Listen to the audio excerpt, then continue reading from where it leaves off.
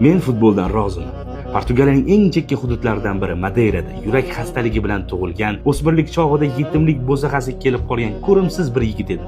Futbol meni cho'qqiga olib chiqdi. Yillar shamolda o'tib borayotganini sezyapsizmi? Kecha Old Traffordda o'qdek uchib ketayotgan yosh yigit edim. Bugun esa butun bir epoxaning so'ngiga yaqinlashib qolgandek his qilyapman o'zim. Realdagi oltin davrimni, Turindagi uddalay olmagan missiyamni, keyin esa yaqin sharqqa yo'l olganimni, barchasida men bilan edingiz, yonma-yon edingiz. 2006-yilgi Yevro finaldan keyin men kabi yig'laganlar orangizda borligini bilaman. Biz burilishlarga boy go'zal yo'lni birga bosib o'tdik, ammo u hali tugagani yo'q deb umid qilaman. Mundialda jamoam uchun asosiy muammoga aylanishi mumkinligi haqida ko'p gapirishmoqda. O'xshamagan zarbalarimdan keyin yuzimda paydo bo'ladigan alamli tabassumni siz ham ilg'aysizmi? Men ham yillar shafqatsizlarcha futbolni mendan uzoqlashtirib borayotganini his qilib turibman. Doim birinchi bo'lib maydonga otilib kirishga o'rgangan vujudim avvalgidek o'zimga bo'ysunmay qo'yayotganini ham sezib turibman. Avvalgidek tezkor emasligimni bilaman. Gollarni ham qalashtirib tashlamayotganim rost, biroq men hali ham o'z kuchimga ishonaman. Aynan shu ishonch tufayli imkonsiz tuyulgan ishlarni amalga oshirdim. Bu safar ham okean ortiga aynan o'sha tuyg'uga tayanib keldim.